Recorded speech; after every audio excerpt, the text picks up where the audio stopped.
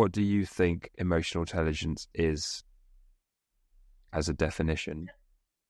So emotional intelligence is the ability to understand, regulate, and act accordingly to social situations. So it's, while feeling empathy, which is mainly the thing in emotional intelligence rather than sympathy, is a part of it, is only one part of it. So in emotional intelligence, it's usually broken down into 5 parts. So empathy and being able to relate to and understand other people's emotions is definitely one part. But say people that like to call themselves empaths, like, oh yeah, I feel everything that other people do, I wouldn't say that's us having high emotional intelligence. If anything, that would be to have low emotional intelligence. Because if you're an empath and you feel everything other people do, and like if someone is mean to you on the subway and that ruins your day because you're very like empathic to other people's emotions, then that would mean that you also have a low ability to emotionally regulate your own emotions.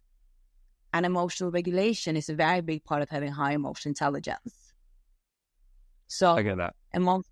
So emotional intelligence, while empathy is part of it, emotional regulation is another part of it. Social skills is another part of it. And self-awareness is a fourth part of it. So there are different aspects of it that work together. I get that. So we often have the conception that emotional intelligence is an external thing. It relates to the way we interact with other people, but actually there's an aspect of it that is internal, and it's how we can regulate our own emotions, which is something that is becoming increasingly difficult. Do you speak to people that are struggling to regulate their emotions and are looking for advice? Because that is based on the people I've spoken to on here and what you see sort of empirically. Emotional regulation is something that's becoming increasingly difficult. So why do you think that is? Big question. Why emotional regulation is becoming increasingly difficult? Yeah, Is it? I think so.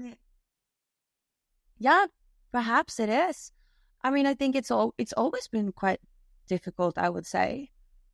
Yes. So maybe I think the awareness around it is also becoming more and more. So a lot of when it comes to psychology, which is in some sense really great, but a lot of people think that a lot of these problems are growing because the awareness about them are growing. Mm-hmm. But the problem in itself has, at least on many points of it, perhaps not in emotional regulation, but on many points of this, the problem has always been there, but just 50 years ago, we didn't really know that this was something that we could address as a problem. So we didn't talk about it. Like emotional regulation was maybe not something that the average 20-year-old knew in the 50s. Like you just were. Or like if you were sad, you just kept it on the inside. There weren't really an option to it. Yeah. But today we know so much more about psychology, and it's becoming more and more popular in just like everyday life, which can also oftentimes give the sense that it's growing. Yes. But perhaps emotional regulation might definitely become more. Well, I suppose what I mean by emotional regulation is specifically the rise of anxiety and depression.